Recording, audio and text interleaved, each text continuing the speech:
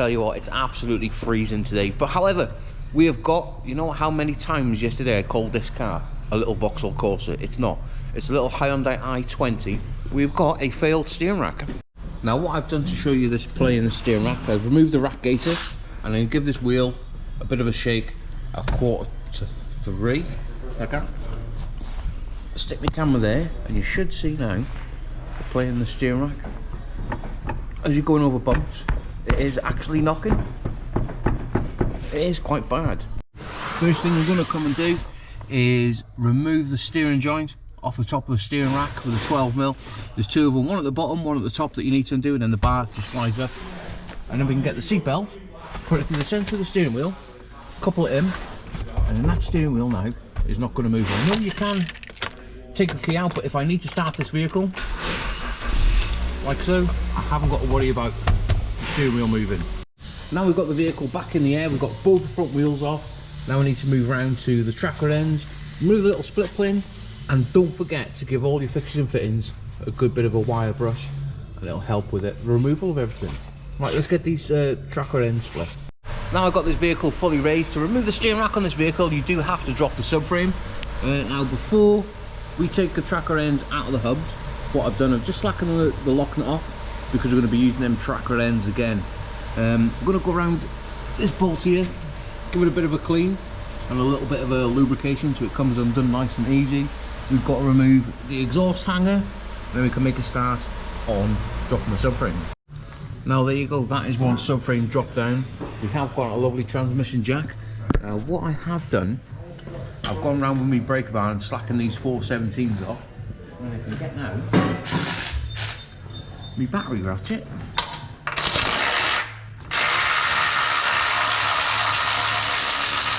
And take all these 4 bolts off. 4 nuts off, okay. Let's see.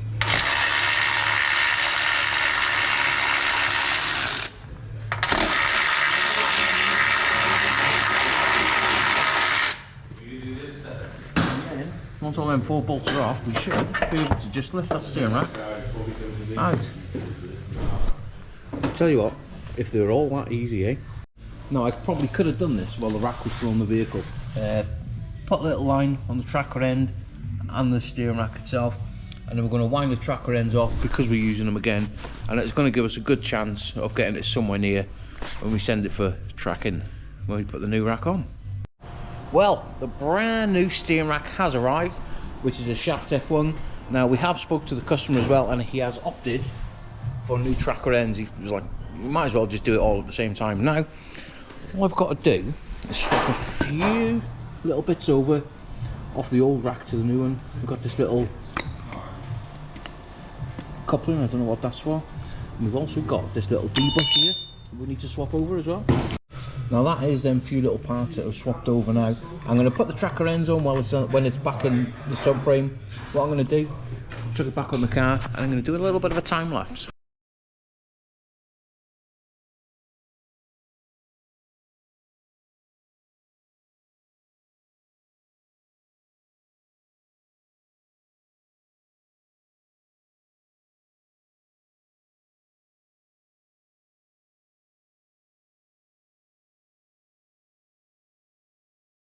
And there we have it, that is one subframe now bolted back up to the vehicle, and everything is nice and tight. Some of you eagle eyers probably did see that this bracket here did catch and it did break off, but it was rattling anyway, so I've just put a couple of blobs of weld in it. That is nice and secure. Let's drop the car down now and we can put the tracker ends on. Now let's get these tracker ends on. Now on the new ones there is a L and a R. Obviously I don't need to tell you what that means. We're going to get a little bit of copper slip. We're going to smother them threads in copper grease, so if they ever have to come undone or it needs tracking in the future, it should be done nice and easily. Now what I'm going to do is put these tracker ends on, probably about 18 turns each side, and that will probably put it not far off. And there we go, that are the wheels back on now. You can always tell if you're not a million miles away, if you look straight down the car, and the wheels are not far off lining up with the back ones. Obviously it's hard to see with the bloody camera, you can't see, can you? But anyway, to me that's not a million miles off, but we're going to get it off this ramp now It has had an oil and filter as well. We're just going to, I put the new oil filter in, new sun plug. I'm going to top the oil up and then I'm getting it off this ramp and onto that ramp and doing the tracking. Now we're off my ramp and we're on the 4-post, so I've got another car going on there now as we speak, another Renault, flat sides. First thing we're going to do before we take the vehicle and the inside adjusting stuff is get the steering wheel dead straight and we're going to lock it with a steering wheel clamp. Now I've got the vehicle half raised, we put our rear flags on and our front ones 3 points on the wheel, so contact on the wheel on itself, don't put it anywhere else.